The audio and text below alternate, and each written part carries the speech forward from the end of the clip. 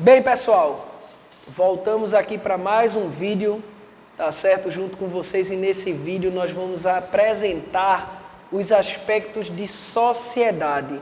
Nós já vimos os pontos pertinentes à educação, estudamos os pontos mais importantes, tá, do meio ambiente, e agora nós vamos tentar juntar tudo, contextualizando com a sociedade, para que a nossa disciplina seja vista na sua plenitude, já que a nossa disciplina é educação, meio ambiente e sociedade.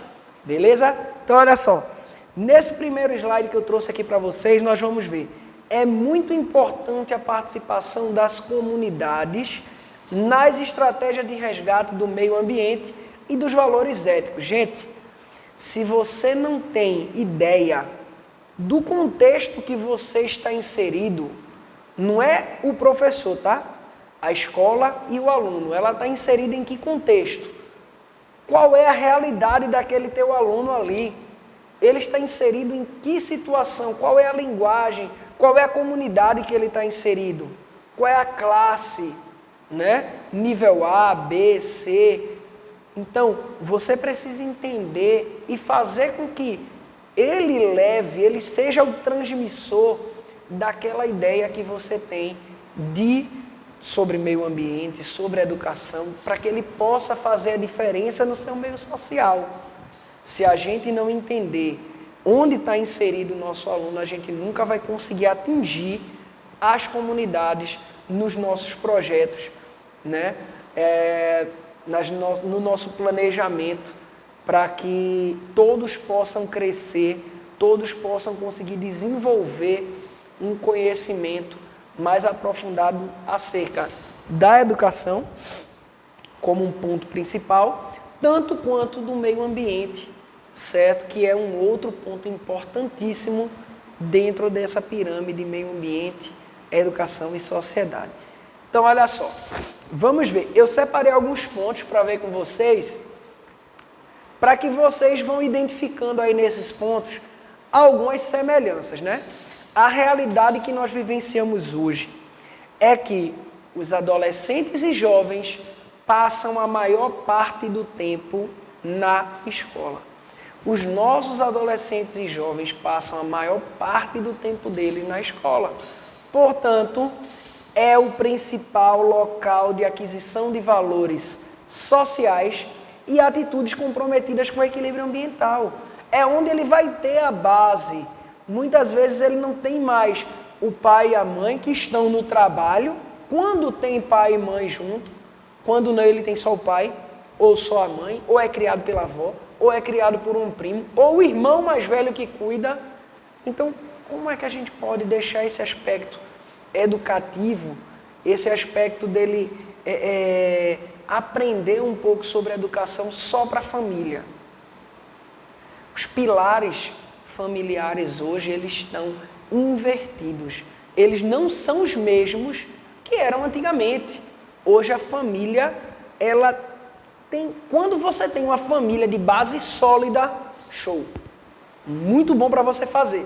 Mas quando você tem uma família em que não tem mais a mesma base, não tem mais os mesmos elementos, gente, fica complicado você conseguir extrair dela algo que ela não pode oferecer porque ela não teve, tá? Então, uma família que não é sólida, você não consegue tirar, por exemplo, água de pedra, tá? Então, querendo ou não, essa família não vai conseguir dar o suporte e a educação familiar que você quer, tá? Que você espera na realidade daquele aluno, que ele já venha com bom dia, boa tarde, boa noite, né? Com pelo menos a colocação verbal correta. Então, ele não tem como atingir isso porque a família dele já não teve. E a família reflete o aluno em sala de aula. Então, olha só, a educação ela precisa ser voltada para a vida, para o crescimento cognitivo do ser humano e para seu convívio social. O que é educação voltada para a vida? Eu vou ter que ensinar meu aluno, professor, esses valores.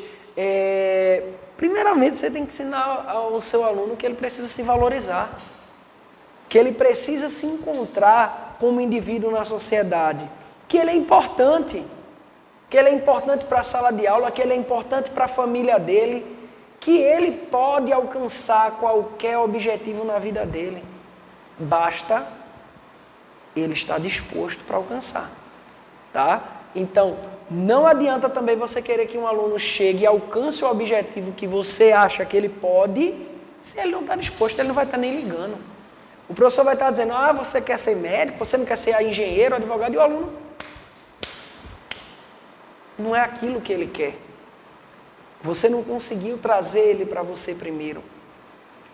Então tem muitos casos de aluno que vai para a escola com fome, que só está interessado na merenda. Como alcançar esse tipo de aluno? Como eu posso planejar chegar próximo a esse tipo de aluno? Uma atividade de grupo, será? Uma atividade diferenciada?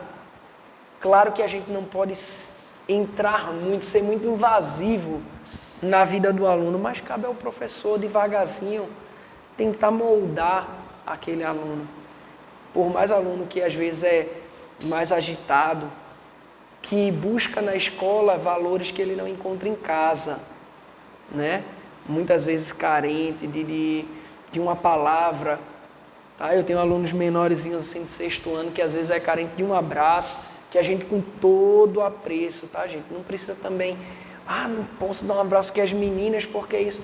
Gente, tudo depende de como você age com eles. Se você se dá o respeito e você respeita cada aluno, com certeza eles não vão interpretar você de uma outra forma, se essa é a sua essência, tá? O principal objetivo da educação é criar homens capazes de fazer coisas novas. Criar um aluno diferenciado, né? Criar um aluno diferente de todo um contexto, criar um indivíduo criativo, um indivíduo inventivo ou inventor e um indivíduo descobridor. Ou indivíduos descobridores, né? Imagina você criar indivíduos desses 3 aspectos aí. Um indivíduo criativo, inventivo e descobridor. Ele vai ter as competências básicas para ser inserido tanto no contexto social como no contexto profissional no futuro. Porque é esse tipo de profissional que o mercado de trabalho quer. Mas não adianta ser só criativo, só inventivo, só descobridor e não ter a base, e não ter a educação, e não ter o diferencial, né? Que é saber se portar, saber respeitar, saber ser crítico, expor o seu pensamento. A gente se depara hoje com um aluno que não quer nem apresentar um trabalho na frente da sala porque diz que tem vergonha. Mas todos os dias ele está na frente de um celular, fazendo uma postagem para o Instagram, né, para o YouTube, fazendo vídeos, mas na sala de aula ele não quer estar lá na frente.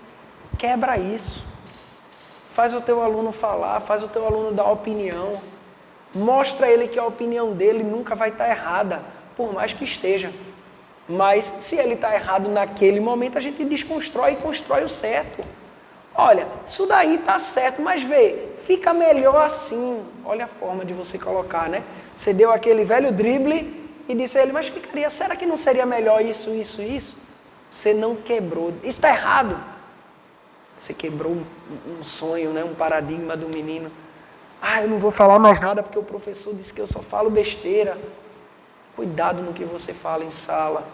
Ali você está para ser o modelo, para ser o diferencial, tá?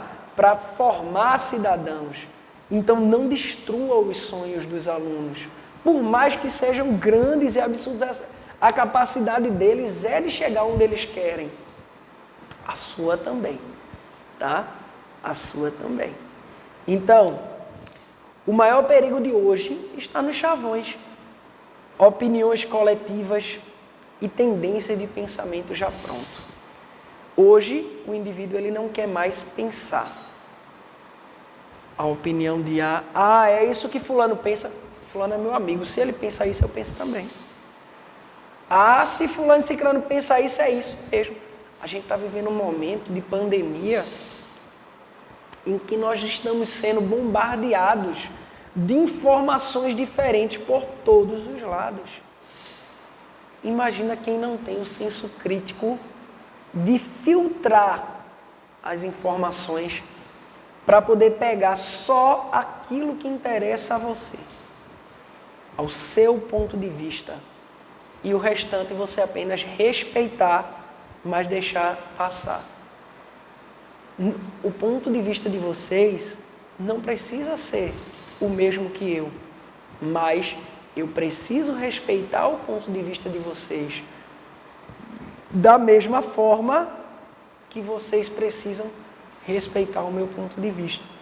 Professor, eu respeito o ponto de vista do senhor, só não concordo. Tudo bem, mas é a forma que muitas vezes a gente diz: ah, tá certo, você pensa assim, tudo bem. Isso não é respeitar. Respeitar, ah, tudo bem, e de boa mesmo, tranquilo. Recebe aquilo, guarda e diz: não, tudo bem, cara, massa. Tu pensa assim, eu penso assim. Lá na frente a gente vê, né? Quem é que está certo, A ou B, ou os dois estão certos, ou os dois estão errados, e vai dizer: ah, Marcelo, olha, não é nem do jeito que tu pensa, nem do que eu penso, é o terceiro. Mas, fato, gente, que os nossos adolescentes, as nossas crianças, estão cada vez pensando menos, porque eles não querem se esforçar nem para pensar. Então, o que é que acontece? Quando eles buscam o pensamento dos outros, eles deixam de criar sua própria opinião. O próprio educador, de vez em quando, tende a reproduzir o seu discurso, muitas vezes desanimado ou simplesmente desacreditado. Eu acho que isso daí é o X da questão. A educação no Brasil, ela chega aqui, pelo menos em Pernambuco, que eu vejo muito, ela está num patamar tão elevado de que tantos profissionais desacreditam dela, que quando você encontra um que ainda tem entusiasmo, vontade, acredita que vai dar certo, você diz: aquele cara ali é um sonhador. Ele só está sonhando, ele sabe que vai dar errado e está insistindo nisso. Ao invés de você pensar: pô, cara, eu tenho que ser assim. Eu preciso acreditar. Se eu não acredito, eu junto minhas coisas e vou embora. Vou para outro lado. Mas nunca deixe de acreditar que um modelo que visa educar, sensibilizar, não é conscientizar, tá? Eu lembrei agora até uma palavra. Existe uma diferença entre conscientização e sensibilização. Conscientizar é tornar a pessoa consciente, ela não faz aquilo. E sensibilizar é dizer: olha, isso é assim, assim, assim. Tu faz se tu quiser. Isso daí você criou a sensibilização. A conscientização você não tem como criar no indivíduo. Ou ele está sensibilizado a não fazer, aí a partir da sensibilização dele é que vai criar a sua consciência. A partir do momento que ele diz: realmente, eu não vou fazer isso não. Então agora ele está consciente de que aquilo é errado. Tá?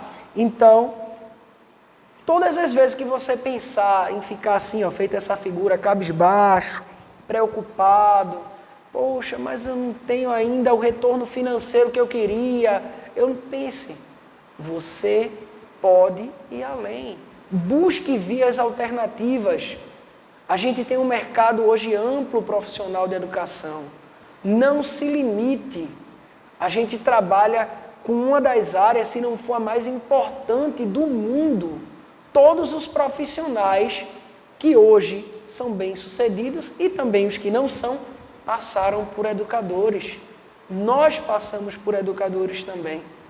Então, se você faz o seu com todo respeito, zelo e desejo, vontade, brilho, com certeza você vai ter o seu reconhecimento mais cedo ou mais tarde. Mas desistir, jamais. Não entra no seu vocabulário, tá? Logo, gente, a complexibilidade ambiental é assim. É educação, complexidade ambiental no mesmo modelo, um mosaico de alternativas e diferenças. Cada um vai dar sua opinião, cada um vai dar o seu ponto de vista de determinada situação e a gente vai agregar. Quantas e quantas vezes eu não já tinha um pensamento de determinada situação de um jeito, um amigo meu chegou e disse, Marcelo, olha, tu já pensou desse outro jeito aqui? Eu parei assim e disse, pô, não tinha pensado desse teu jeito não. Mas se eu fosse preso à realidade, é uma só, viu? É o que eu penso, acabou. Eu ia dizer, já pensei, mas está errado. O certo é o que eu penso e pronto. A gente não pode ser assim.